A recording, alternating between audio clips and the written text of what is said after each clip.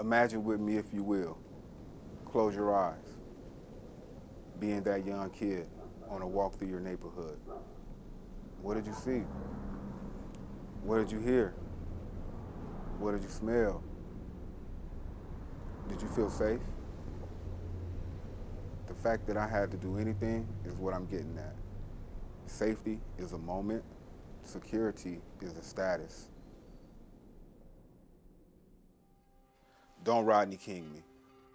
The Rodney King beating of 1991 would be an accurate description of every black person in America at the time that this happened. It was a reference to the duality of existence that W. Du Bois so elegantly wrote about, down to the prophetic affirmation that the problem of the 21st century would be the problem of the color line. It was a lowering of the curtain of qualified immunity doctrine rationalized by the Supreme Court on its problem child.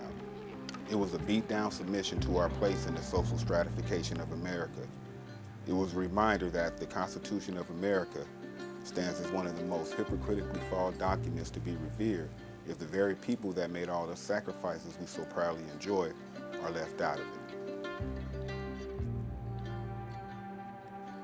The Rodney King beating of 1991 was why I was processed and arrested for a robbery at 8 years old. I was never directed to talk to a counselor or a social worker.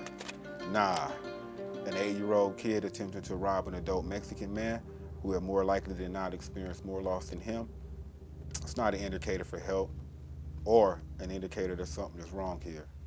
Mass incarceration will attempt to fit you into its narrative.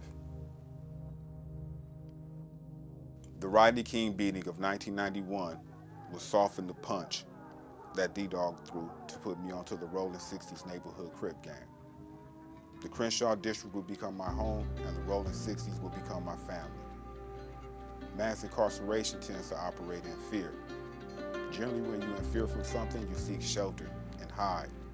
Mass incarceration will present you in the eyes of the duality of existence as Rodney King.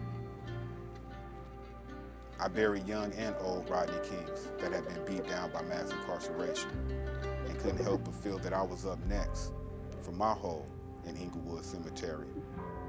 And when they ran out of land for the builders' use, they started building skyscraper mausoleums. As I stared into that TV screen, watching all those white officers, hearing the sounds of the radio and a helicopter and the muffled voice of the reporter, I just remember images and sounds. And in my adolescent mind, I couldn't wait to kill all of those motherfuckers. They were beating down my future by making me help wanting to destroy it. George Holliday used the camera to record the March 3rd, 1991 assault. 30 years later, George Holliday can be quoted on NBC News as saying, "The same issues surrounding King's beating still seem to be occurring decades later. Racial tension is there." The video he captured is approximately 1 minute, 10 seconds. Things have gotten worse. 8 minutes, 4 seconds for George Floyd. In taking 1 minute, 10 seconds, mass incarceration is looking to finesse you for 8 minutes, 4 seconds and tell you it's getting better.